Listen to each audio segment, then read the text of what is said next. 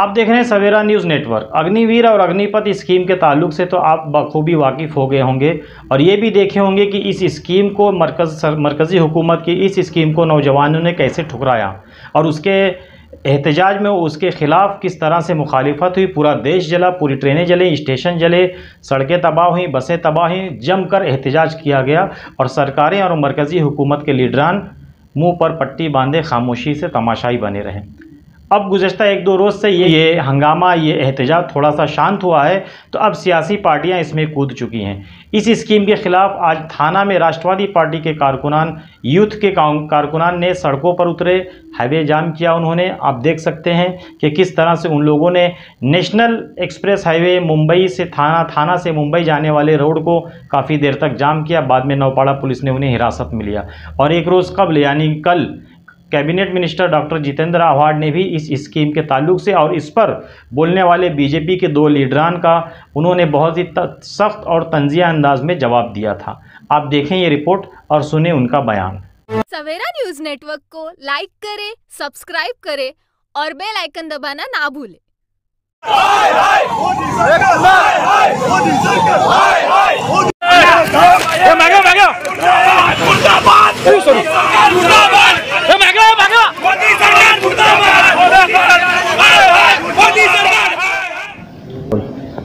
भाजपा के राष्ट्रीय महासचिव कहते हैं कि अग्निवीर जब 4 बरस की ट्रेनिंग शिक्षा प्राप्त करके जब सेना दल से बाहर आएंगे तो अगर मैं बीजेपी के ऑफिस का प्रमुख रहूँगा, मैं इंचार्ज रहूँगा, तो इन सभी बच्चों को मैं सुरक्षा रक्षक यानी वॉचमैन करके दरवाजे पे रख दूँगा। यह अपने आप भाजपा की मानसिकता बताती है कि उनके दिल में क्या है। आप भले ही नौकरियां देने में असफल रहे हो, वो ठीक है, समझ में आता है, लेकिन आप सेना से खिलवाड़ मत करो, इस देश की सुरक्षितता से खिलवाड़ मत करो। और ये सब बातें करके अग्निपथ और अग्निवीर की योजना के बारे में भाजपा की क्या मानसिकता है, ये कैलाश जी ने अपने मुंह से बता दिया है। ये बच्चे सेना में वॉचमैन होने के लिए नहीं जाते हैं। सेना में जो जाता है वो प्रशिक्षण लेता है, कड़ी मेहनत करता है और दिल में ये अरमान रखता है कि मैं अगर उरी सेक्टर में खड़ा हूँ, मैं अगर छाम सेक्टर में खड़ा हूँ, मैं अगर कारगिल में खड़ा हूँ, मैं किसी आसाम के जंगल में खड़ा हूँ, तो मैं मेरी बंदूक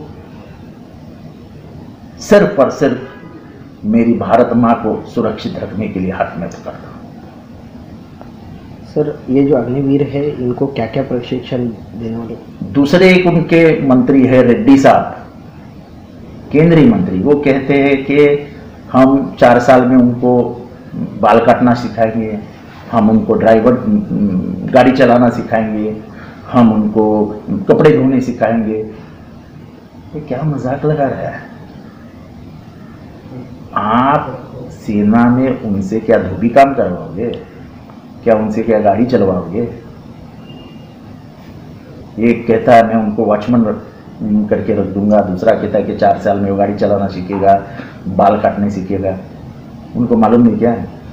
गाड़ी चलाना सीखना 3 महीने की बात है, बाल की कटाई करना ये तो कुछ लोग तो अपने आप ही शुरू हो जाते हैं, लेकिन 3-6 महीने का ट्रेनिंग कोर्स होता है।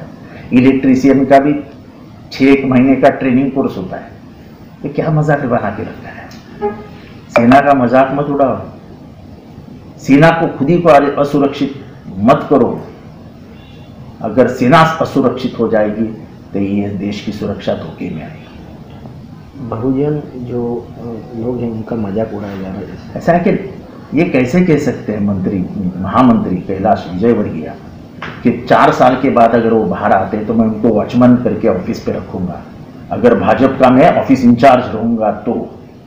रेड्डी साहब कहते हैं कि 4 साल में हम उनको बाल काटने, गाड़ी चलाने, इलेक्ट्रीशियन, इन सभी चीज़ों का हम उनसे अध्ययन करके लेंगे, उनको चलाना सिखाएंगे, काटना सिखाएंगे। ये क्या मजाक है?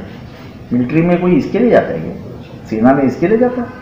अरे सेना में तो वो जाता है वो जो सोचता है कि मैं उड़ी सेक्टर पे खड़ा हूँ, मैं छाम के सेक्टर में खड़ा हूँ, मैं कारगिल में खड़ा हूँ, मैं मेघालय के बॉर्डर में खड़ा हूँ, मैं अरुणाचल के बॉर्डर में खड़ा हूँ, चीनी लोग मुझे सामने दिख रहे हैं, पाकिस्तान के लोग मुझे सामने दिख रहे हैं, अगर अंदर आएंगे तो ठोक दूंगा। ये मानसिकता होती है उनकी। ये शूरता के लिए और अपनी माँ के लिए लड़ाई लड़ने वालों को ऐसा अपमानित मत कीजिए। वो कोई नाम बार्बर होने के लिए शाम में नहीं खड़े होते हैं। सर, देश की संपत्ति को जलाया जा रहा, क्या करना चाहोगे? ऐसा ये उद्रेक जो है वो नहीं होना चाहिए, जो हो रहा है वो नहीं होना चाहिए। लेकिन किसानों का जब तुमने कानून लाया तभी भी ऐसा ही हुआ। ये कानून ये जब आपने डिक्लेयर किया तभी भी वैसा ही हो रहा है। कहीं ना कहीं देश के जमीन से, देश की परंपरा मानसिकता से आप हटकर निर्णय ले रहे हो, ये आपके समझ में आना चाहिए।